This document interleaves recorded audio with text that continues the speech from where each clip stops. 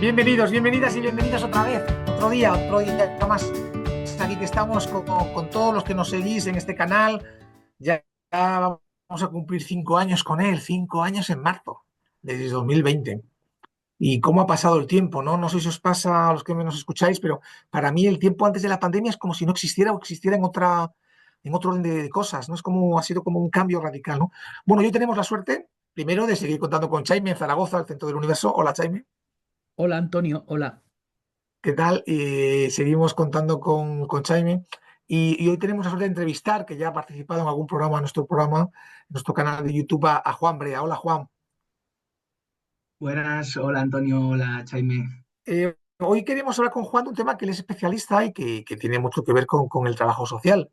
Dentro del trabajo social, bueno, todos los que nos seguís o los que no seáis de trabajo social, pero nos seguís, sabéis que nosotros hemos sido no sé si pioneros, pero de los primeros en poner un producto, trabajo social digital.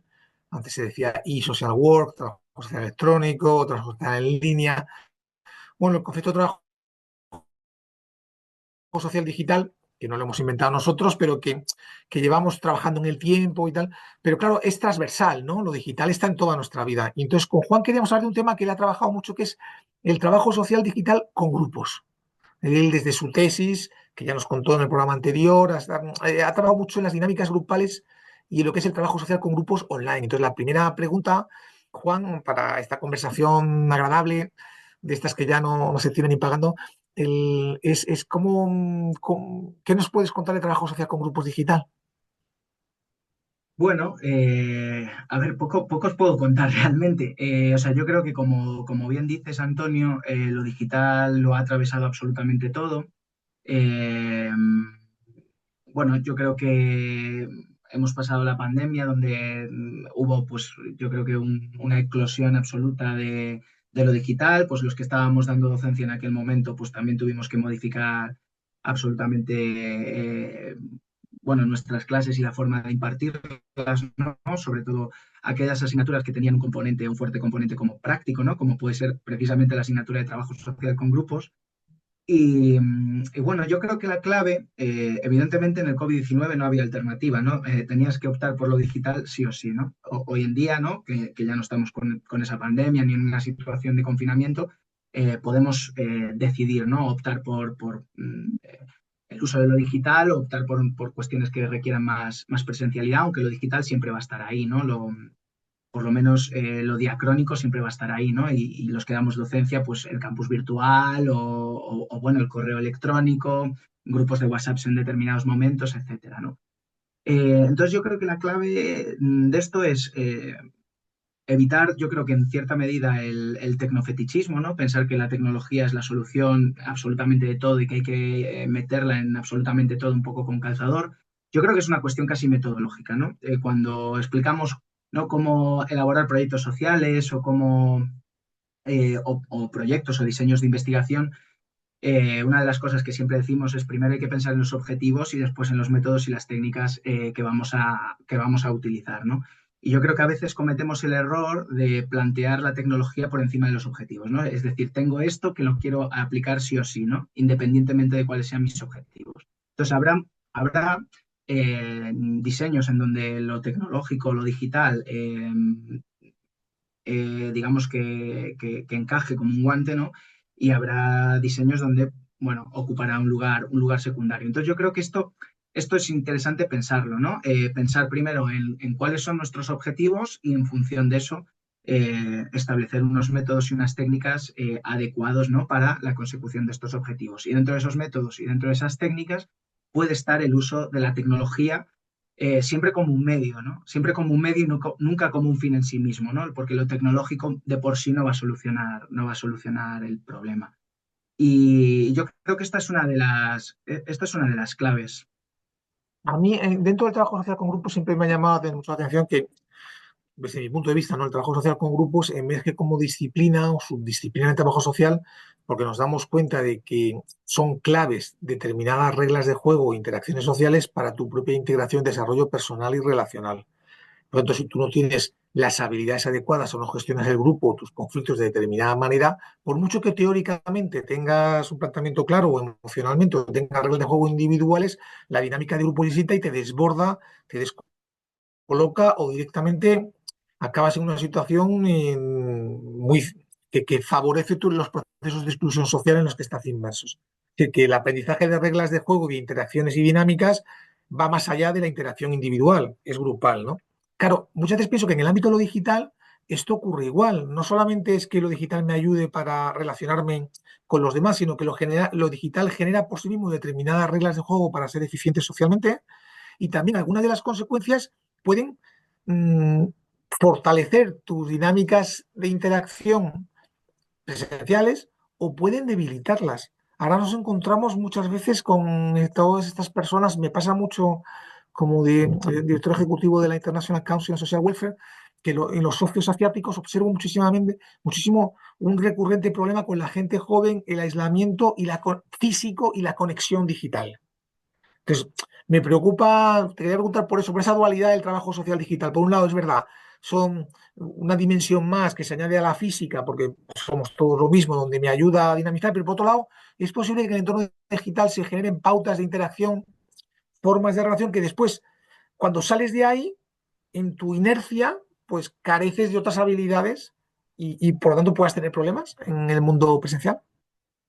Sí, o sea, yo creo que es uno de los riesgos y uno de los límites que están ahí. O sea, yo creo que, como todo, tiene sus potencialidades y sus limitaciones. Es verdad que yo creo que pensar que la tecnología es neutra y que no tiene, ¿no?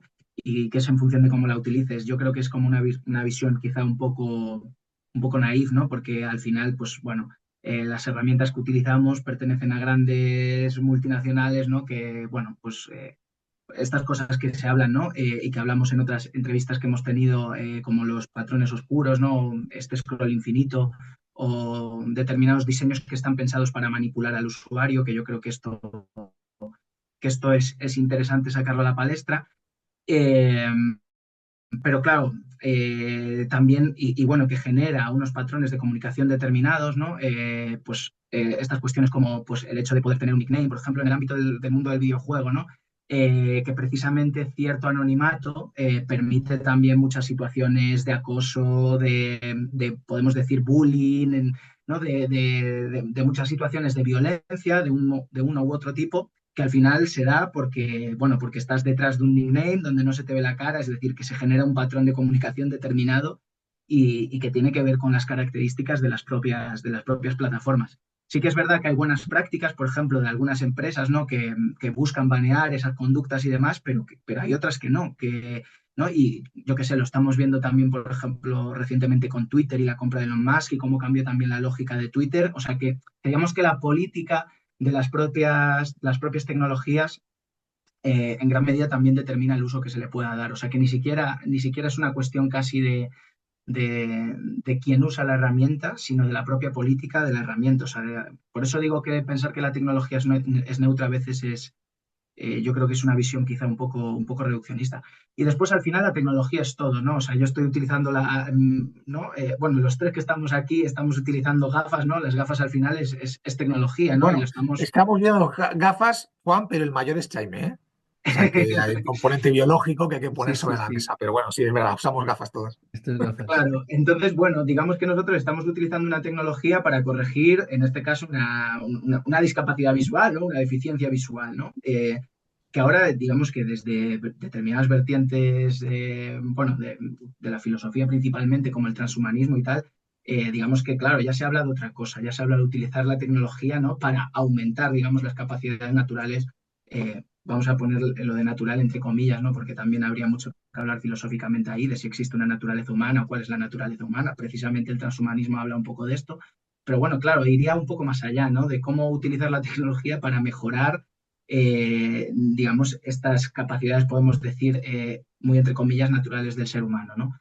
Pero Y se habla, fíjate, por ejemplo, sí, perdona, Sí, pero a la vez no hay nada más humano que una máquina, ¿no? Ah, claro. O no ujú. hay nada más humano que unas gafas, porque Claro, eh, los humanos lo que hacemos son máquinas. Está claro que es así. Claro, herramientas, desde el lo que pasa transhumanismo, por que, ejemplo, Juan,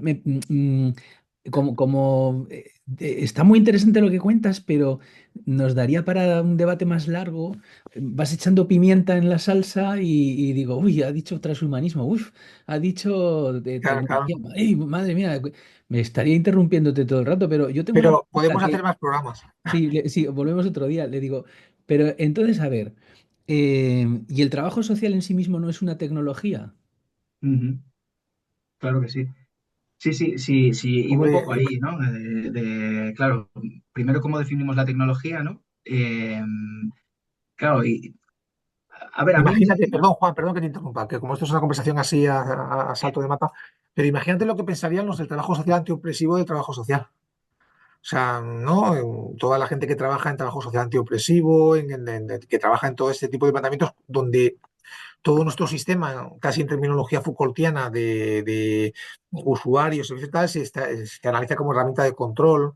A mí ese es un debate que tenemos que hacer otro programa, porque es un debate en sí mismo muy sofisticado ujú, y además ya sabes lo que le pasó a Foucault en su gran pelea ¿cómo se llama? Con el Chomsky, lingüista, ¿cómo se llama? Chomsky. Con Chomsky, ¿no? En su gran pelea, donde al final el tipo decía, bueno, es que este hombre, Foucault al final lo que defiende en su teoría es que cualquiera de los sistemas, incluidos los revolucionarios o que cambian, generan sus propias dinámicas de control, ¿no?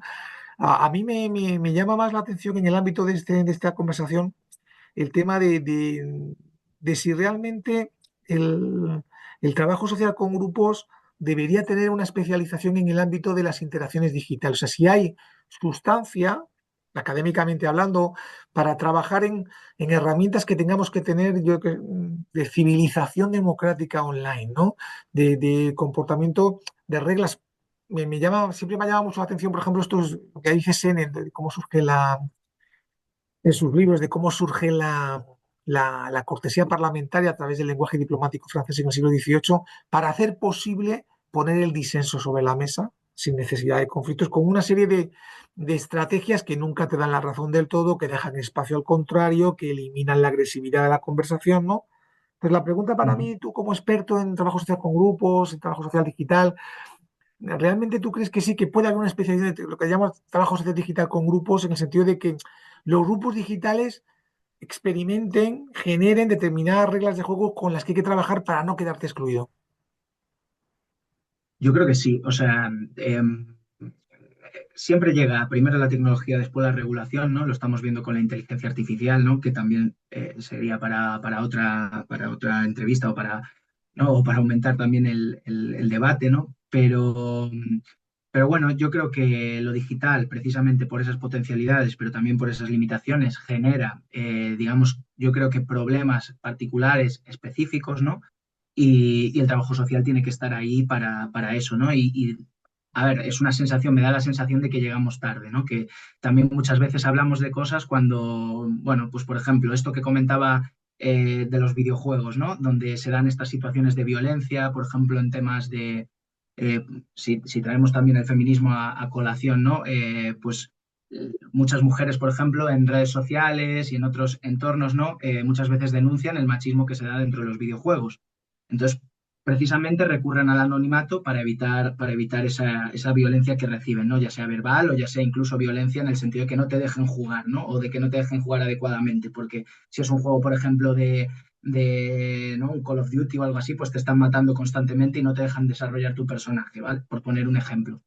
Entonces yo creo que ahí el trabajo tiene, o sea, también es un campo de intervención, ¿no? Por abrir otro, ¿no? De trabajar en cómo también, a ver, no deja de ser en cierto sentido política social, ¿no? De cómo esas empresas pueden hacer para que en cierto sentido se puedan evitar ese tipo de situaciones. Y ahí hay también un trabajo en grupo. Por ejemplo, en Discord, que es una plataforma que se utiliza mucho en el ámbito de los videojuegos bueno, hay como servidores, ¿no? Donde gente que juega un mismo videojuego pues puede subir memes, ¿no? Digamos que son comunidades digitales compartidas y también quedar para jugar. Empieza a haber servidores solo de mujeres, ¿no? Para evitar un poco que se produzcan ese tipo de cuestiones, ¿no? Y me da la sensación que muchas veces en el trabajo social, digo trabajo social por decir, ¿no? En general, llegamos como tarde a todas estas cuestiones, ¿no? Llegamos cuando el debate se ha hecho cuando muchas veces se han generado ya soluciones de forma espontánea, como estos grupos no mixtos, ¿no? En servidores, sin que haya ningún tipo de intermediación profesional y sin que haya muchas veces mucha reflexión al respecto, ¿no? Como que la gente ya ha ido buscando, ¿no? Sus propias soluciones de las que después, como profesionales, podemos aprender, ¿no? Que yo creo que esto es interesante, ¿no? Y está también vinculado con mi tesis doctoral, cómo de forma casi espontánea se van generando incluso normas, pues que hay que apagar el micrófono cuando se habla, ¿no? Sin que, digamos, haya una formación reglada al respecto. Pero sí, creo que, o sea, la respuesta corta, sí creo que hay que formarse en eso, que yo creo que estamos en un momento donde está habiendo, yo creo que una revolución tecnológica bastante importante, la inteligencia artificial está cambiándolo absolutamente todo. Y, y claro, digamos, en cierto sentido, hay que estar, ¿no? Hay que estar para poder llevar los aspectos éticos, que yo creo que ahí el trabajo social tiene que ser clave, y los aspectos sociales, tanto en sus potencialidades y en su uso, como en eh, como en sus limitaciones y en los problemas que puede generar. Hay, por ejemplo, una aplicación que se llama Réplica, que creo que todavía no está en español, ¿no? Que la creó una persona para poder hablar con un amigo que falleció y digamos que le trasladó todos los chats que tenía, incluso notas de audio y demás de ese amigo a esa aplicación para crearse una especie de amigo virtual, ¿no? Y digamos que esta persona lanzó esa aplicación al mercado y hubo un proceso como muy, podemos decir, cyberpunk, o sea, muy quizá de ciencia ficción, pero que ha pasado, ¿no?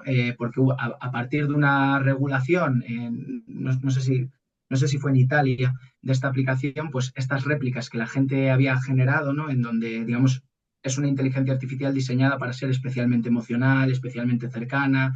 Aunque tú no le escribas, recibes mensajes donde se te dicen cosas como te he echado de menos, has estado muy ocupado, ¿no?